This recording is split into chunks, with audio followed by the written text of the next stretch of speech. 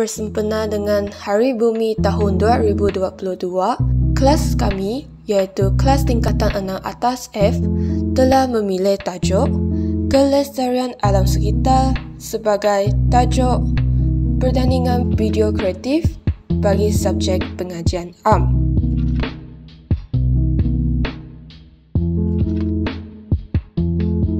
Definisi kelestarian alam sekitar.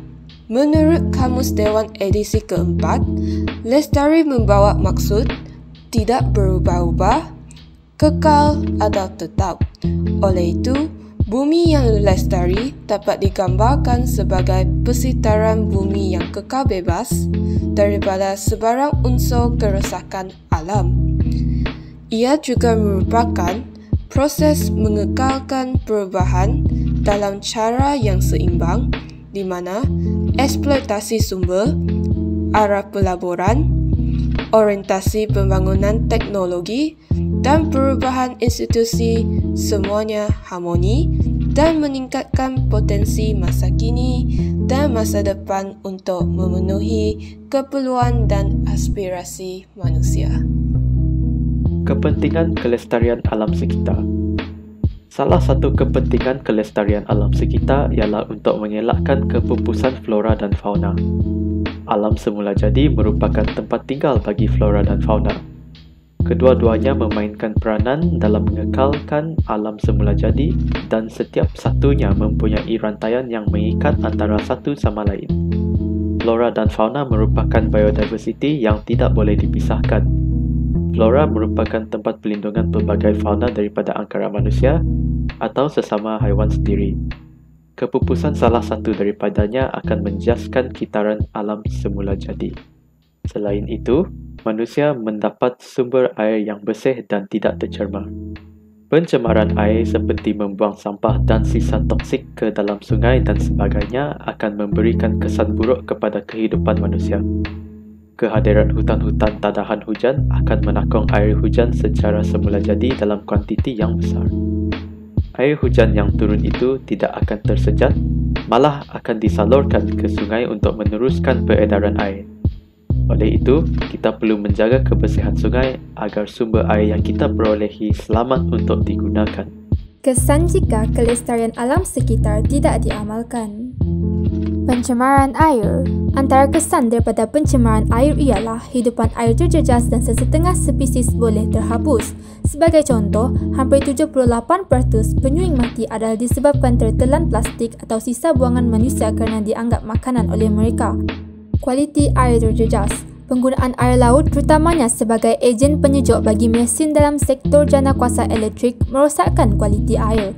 Air yang panas selepas digunakan untuk menyejukkan mesin-mesin dalam sektor ini akan disalurkan semula ke laut. Ini menyebabkan seluruh kawasan saliran laut itu akan menjadi panas dan mengakibatkan hidupan di kawasan itu sukar untuk beradaptasi kerana keadaan suhu airnya yang tinggi dan meningkat secara mendadak. Pencemaran udara.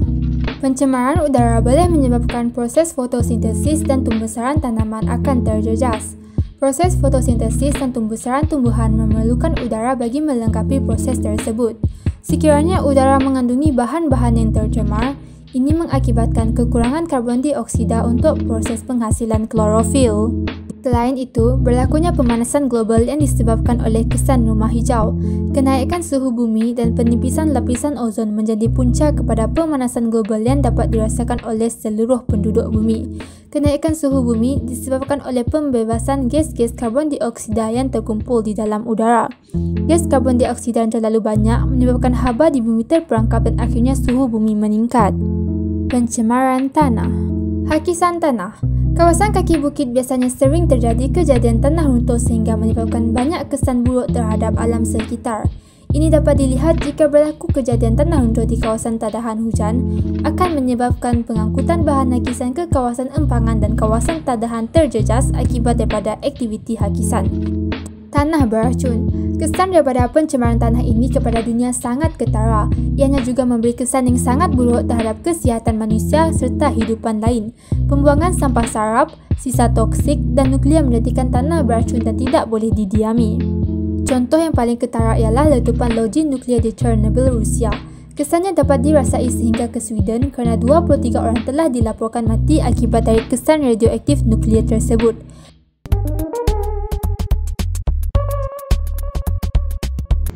Jadi, apakah sumbangan pelbagai pihak ke arah kelestarian alam sekitar?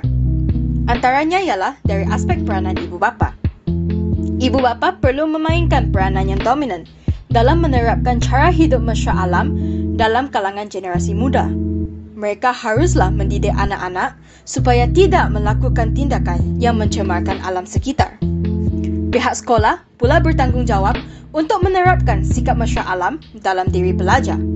Mereka juga boleh menyalurkan mesej tentang kepentingan cara hidup mesra alam melalui kempen-kempen yang melibatkan penyertaan pelajar.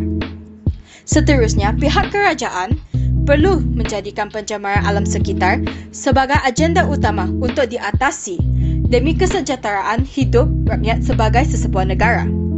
Tambahan pula, syarikat korporat atau organisasi mempunyai tanggungjawab untuk mempengaruhi masyarakat melalui pelaksanaan aktiviti memelihara dan memelihara alam sekitar.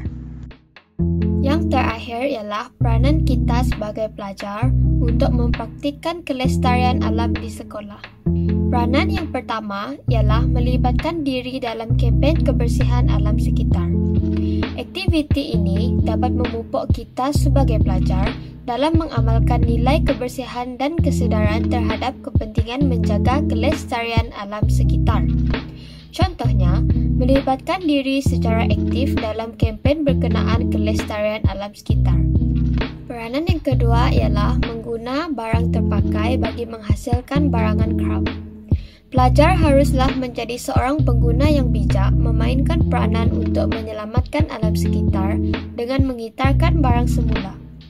Barangan terbuang dan tidak terpakai masih boleh digunakan semula untuk dijadikan sesuatu benda yang menarik serta boleh digunakan semula.